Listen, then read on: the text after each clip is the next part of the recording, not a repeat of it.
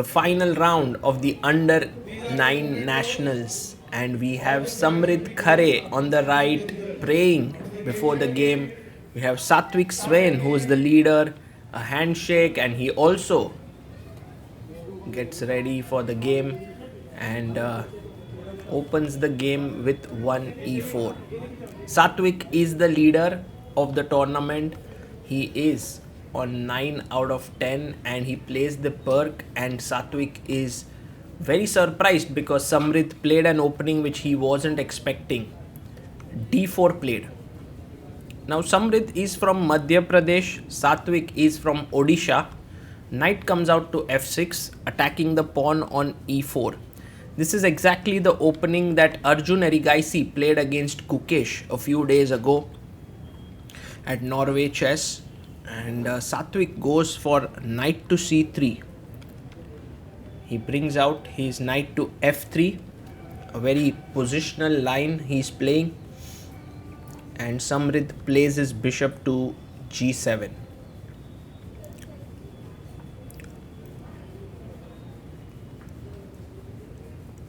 The bishop comes out to e3. Ooh, he places his bishop but then hasn't left his hand yet. Finally plays it, presses the clock, and pawn to c6. Now one of the ideas here is to play b5 to expand on the queen side, so a4 makes a lot of sense. The other is to go queen d2 with the idea of bishop h6. But Sattwik plays bishop to d3, which is also a fine move, getting his pieces out. So he's put all his pieces on nice central squares. And Samridh simply castles here. One of the moves that is going to haunt white is knight g4, attacking this bishop. So h3 makes a lot of sense here. But he plays queen d2. And I believe knight g4 is possible because you attack here, you also stop bishop h6, but bg5 would be played and the game goes on. It's still pretty good for white. Samridh brings his knight to d7. And now Sattwik plays his bishop to h6. If you look at the times on the clock, both are kind of blitzing it out in the opening, haven't used more than a minute on the clock. And a good idea here is to take the bishop and then strike in the center with e5. Samridh does it directly, which is also a great move. He plays in the center. He's asking a question to Sattwik now. Sattwik takes on g7.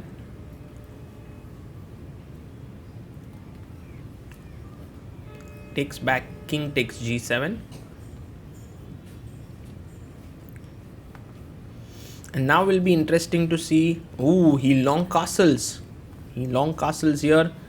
And I think black can already start his pawn roll on the queen side with b5 and queen coming to a5. Samridh plays his queen to e7, which is not actually a bad move, but you know, you would love to put your queen on the other side of the board, trying to create some play.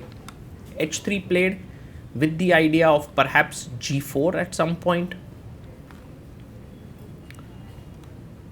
And the game is getting very interesting with opposite side castling and a lot at stake because Sattwik, while he is on 9 points, he has someone else pursuing him on 9 as well. So if he loses here, he will be in trouble. b5 played, very good move by Samridh. Rook e1 played. I think the main point of this move is to also make a square for the knight if it is pushed back with b4. And now Samridh plays knight to b6. I love this move. He is looking at the c4 square. He has put his knight on a very nice square here on b6. And he goes g4. Yeah, fantastic. While black is trying to play on the queen side, white is starting his play on the king side. And now Samridh has to decide what way he continues. He plays a5, maybe a bit too slow, but it's fine.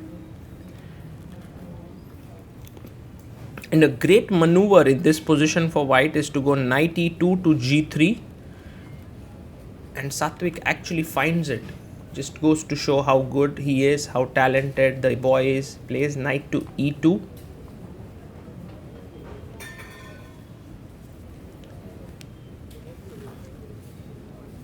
And the queen comes up to e6. Black is slowly and steadily losing his way in these complications. He could have played c5, trying to play on the queen side, maybe b4. But this move queen e6 isn't particularly the best. King b1, I like this move, just taking control of the a2 square, defending it.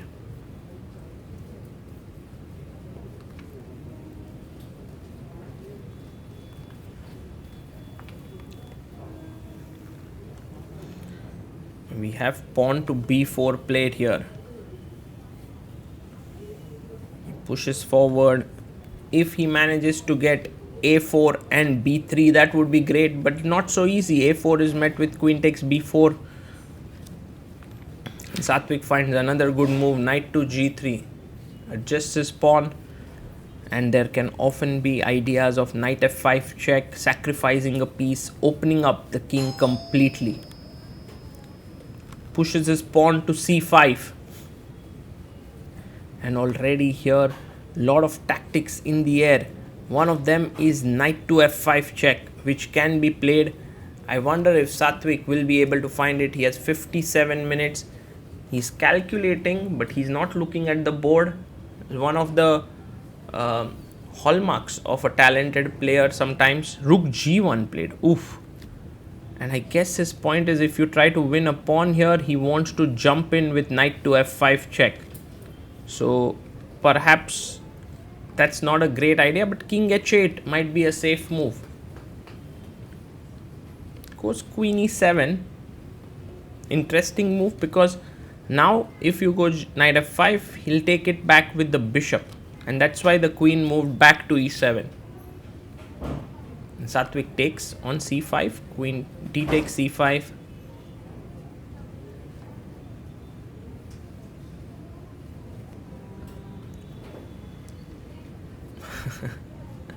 I wanted to just play d5, evokes a smile from his opponent. D takes c5 is on the board. And now queen to g5 played. It seems very, very risky, this position, but if you think about it, knight f5 is not really a threat because of bishop f5. Maybe knight h5 is a threat. For example, if you play a4, knight h5 is just game over, because you can't take, the queen is hanging, and if gh5 cannot be taken, you have go back and you lose a piece. So in a way, knight h5 is a threat, but something very clean like rook a7 can save the day. Instead, we have the move knight g8 played here by Samridh. He's just trying to trade the queens, but he's given up his e5 pawn. And yeah, this might be something. Queen takes e5 taken. And imagine that in this position you had played rook a7, and if this happens, take, then the rook could jump into e7, and perhaps there could be possibilities to put pressure here with c4 coming up.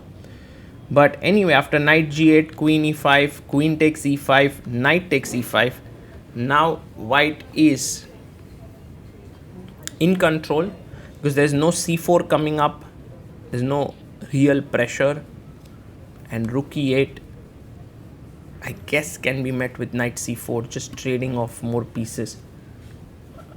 You can also go f4 here, which is nice, but knight c4 just a strong move, controlling the c4 square. Yes, plays his knight to c4.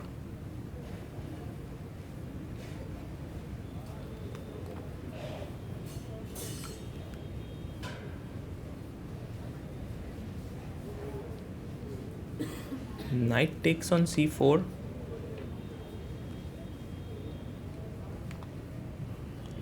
Bishop takes c4.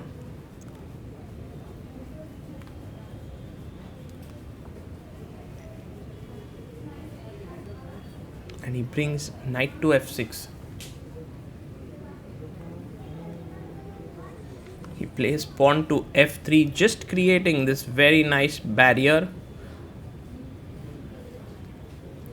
And already white has a very significant advantage. Bishop a6 played.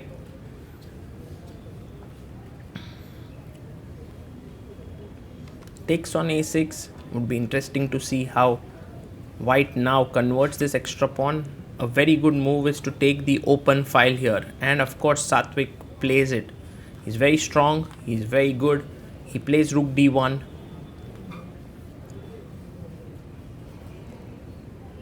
And Samridh plays rook b6. He has to somehow keep fighting. There's no entry point on the d file yet.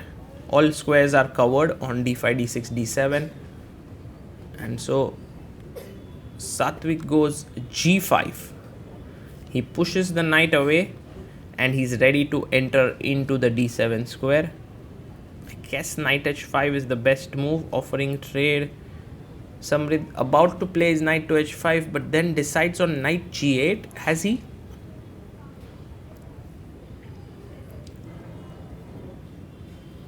It's interesting. It's like edge of the seat action. Should black play knight h5? Should black play knight g8? Sattwik says touch to move. I guess Samridh is already pretty sure he'll make a move there. And a lot of people have come to watch, it seems, knight g8 played. Rook is played to d5, instantly attacking the pawn on c5. Generally, Sattwik takes a lot of time in his games, but today he has almost 50 minutes on the clock. So he has a lot of time. The other rook moves to d1.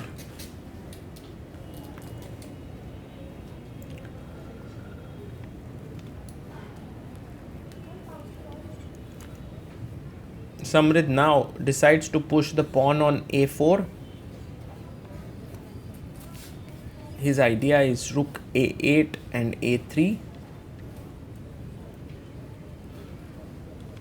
And rook d8 played, offering a trade.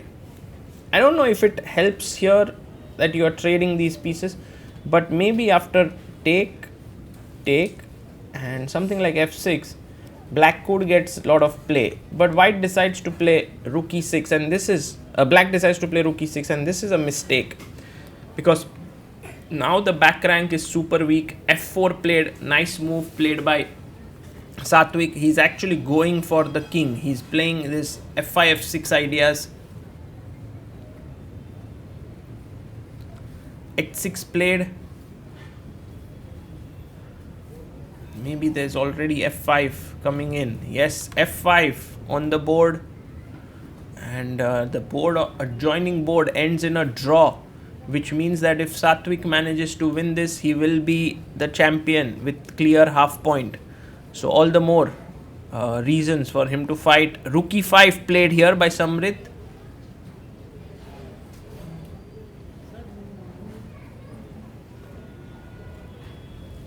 Not left the piece, he plays rook e5, presses the clock. And now f6 played. f6 check, very strong. King h7, I believe. Or maybe just sack the knight, yeah, for a couple of pawns. But king h7 is a mistake because of rook 1 d7. And you can see Sattwik is ready with his move. He's so quick. There's just no way to defend f7, and it's a checkmate that's happening here. So h takes g5. Samridh has already lost the motivation, it seems, to play here. Rook takes f7, king h6. And now rook takes g8, threatening a mate in one here on h8, which seems impossible to stop. g4 played, trying to escape, but h4 closes in the trap. g5, And now the final blow here to trap the king completely, h5, and there's just no way to stop rook h8.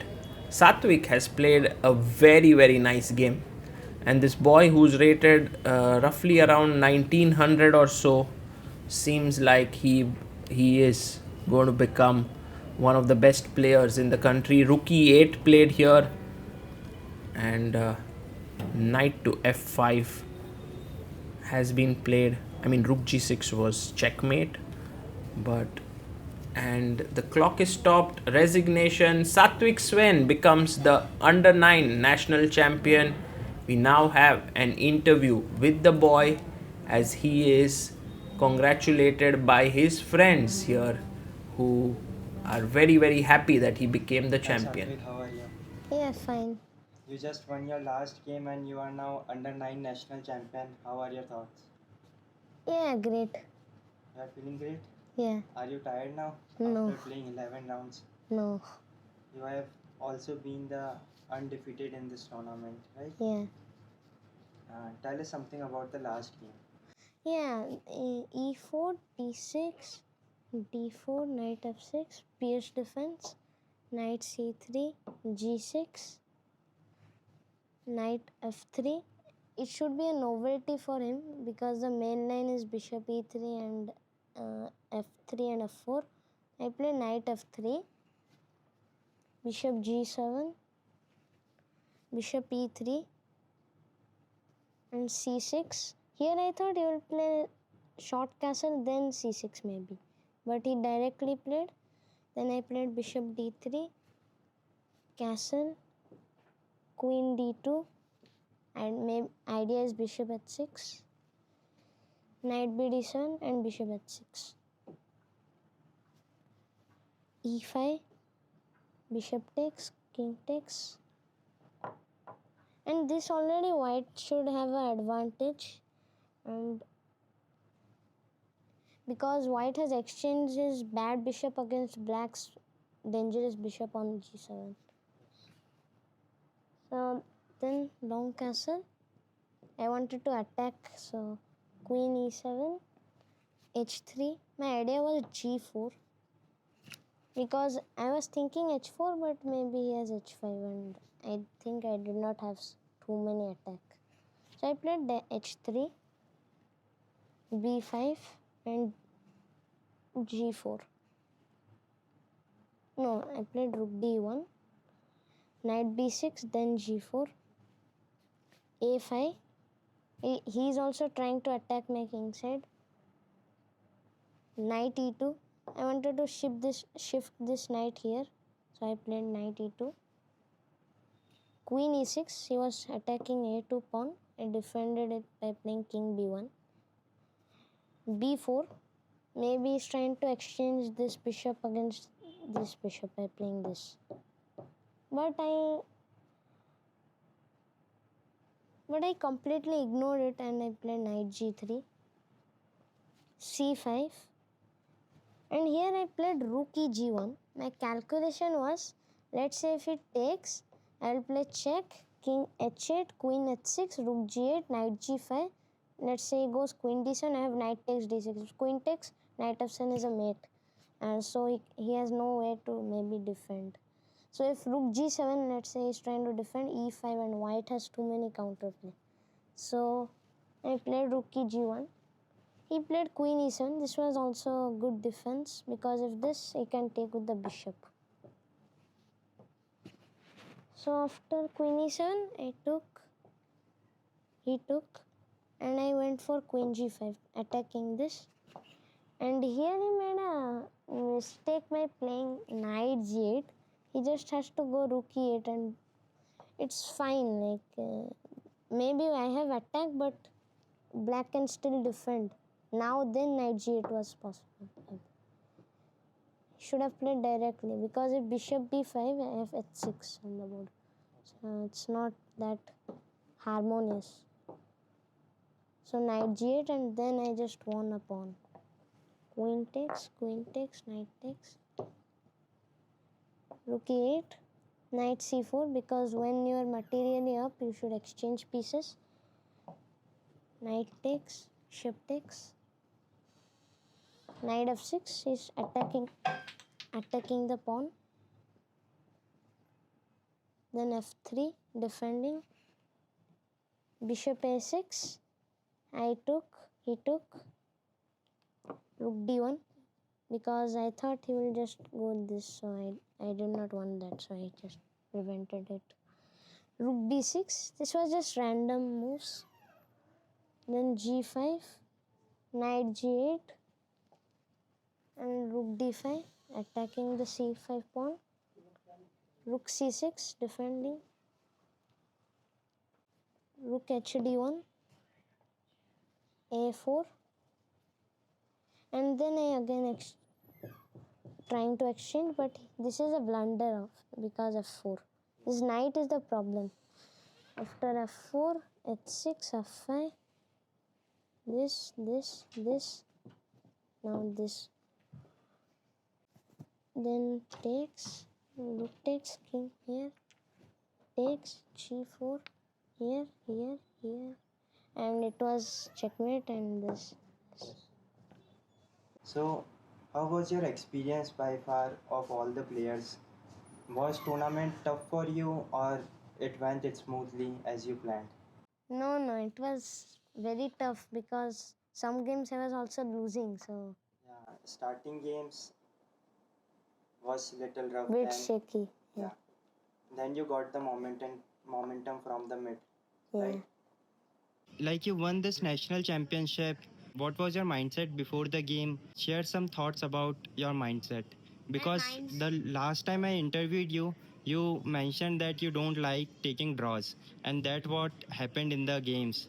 You played for the win, and you converted a lot of games which were going for the draw, but you played phenomenally. So my mindset was to just try to play my best and play good moves and play normal chess, simple development, piece activity, these things. So, how did you prepare for the tournament? Like before this event? Yeah, I prepared for like I was checking on Google and what is my opponent playing, what are the stats and how he's playing in the tournaments. Yeah, and also Debashish Das, who is my trainer, he helped me with my openings and all, and also worked in my games, which all the games. Okay. And throughout the event, how was your experience in terms of the organization and the environment here? The environment was great, and I like this place because these books I like. Yeah, you like the books. The tournament is happening in the library, right? So it's a quiet place. You like reading books. Yeah. Yeah. What are the next tournament you are planning to play? I want to play then the World Cadet tournament, which is happening in 18th September, 2025 September, and yeah, I will play that tournament. It's happening in Kazakhstan. It is happening in Kazakhstan. Yeah. Last year you played the cadets and you were silver medalist, right? So thank you so much for joining Satvik, and once again, congratulations for winning the under 9 championship. Thank you.